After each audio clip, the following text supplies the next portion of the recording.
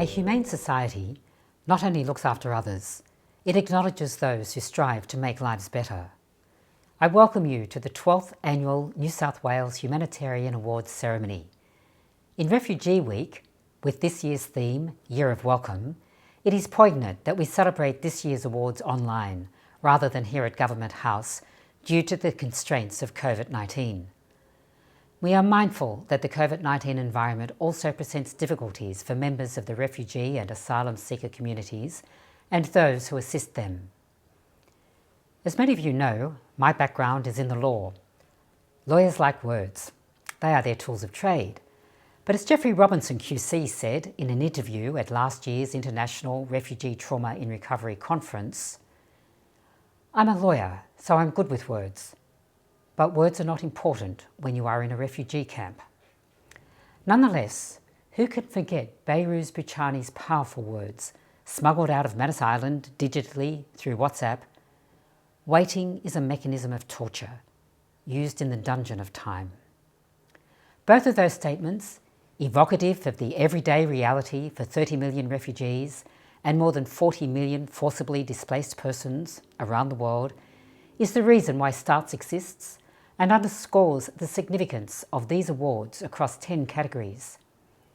They not only recognise the work that is done in our community for refugees and asylum seekers, they also provide a public space for storytelling, a space where the truth and the impact of inhumane treatment can be exposed. As importantly, they provide the backdrop to how we, as a humane society, not only hold up a sign which says welcome, they tell the stories of what we as a society can do to make people welcome in our country of opportunity. As Professor Shergold has said, our proud record in refugee settlement is a story worth telling. Last year in New South Wales, we welcomed almost 6,500 people from over 30 countries, settled as part of Australia's refugee and humanitarian program, approximately 1/3 of all people accepted under this program nationally. And I would like to use this occasion to formally welcome each and every one of our new people. The richness our refugee community brings to our society is immeasurable, but their capacity to thrive is not automatic. Indeed, there must be times when, rather than having escaped to a life of stability and prosperity, let alone a life where they can meet their basic needs, they must feel they are clinging to a rock face. What we do know is that when basic needs, such as income, housing, language, education and health are supported, refugee community participation and employment is high across all sectors, including the arts, science, agriculture, media, education, sport and business. STARTS and other similarly minded organisations, as well as the New South Wales Government, are integral to making this possible in the cities, and increasingly the welcome sign is out in our regional towns. STARTS itself has offices in Armidale, Newcastle, Wagga Wagga, Coffs Harbour and Wollongong. To turn the theme of welcome slightly on its head, for the people of New South Wales, this year could not have started in a less welcoming way. The new year was heralded in by bushfires. During that time, Arif, a member of the New South Wales Hazara community from Afghanistan, walked the streets of Western Sydney to raise money for the Rural Fire Service. When interviewed, he said, "I'm helping the bushfire appeal because I know what it's like to lose everything."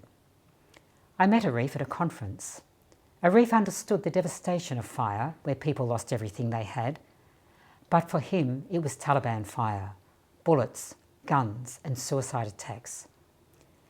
Generous acts of support from people who had gone through so much in their own countries were repeated across New South Wales communities.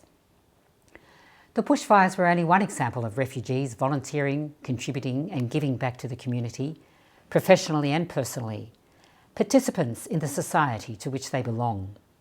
This year, our 2020 New South Wales Australian of the Year is Professor Munji Al-Mujiris, a surgeon and human rights advocate who fled Saddam Hussein's regime of terror by boat, was detained on Christmas Island, had to requalify in Australia, and is now an orthopaedic surgeon in Sydney and in Iraq. In reflecting upon our community, our state's history of migration and refugee settlement, and for the most part our successful refugee settlement program, We come to this awards ceremony in celebration of refugees as valued members of our community. This awards ceremony brings to our attention the outstanding work of STARTS, the Refugee Council of Australia, support agencies and members of our community who facilitate the healing process of survivors of torture and refugee trauma. As we approach World Refugee Day, I am honoured to recognise the award recipients as they assist others to rebuild their lives in New South Wales. Those refugees, in turn, reward us with their contributions to the community. On behalf of the people of New South Wales and personally, thank you to each nominee and to each winner of this year's awards.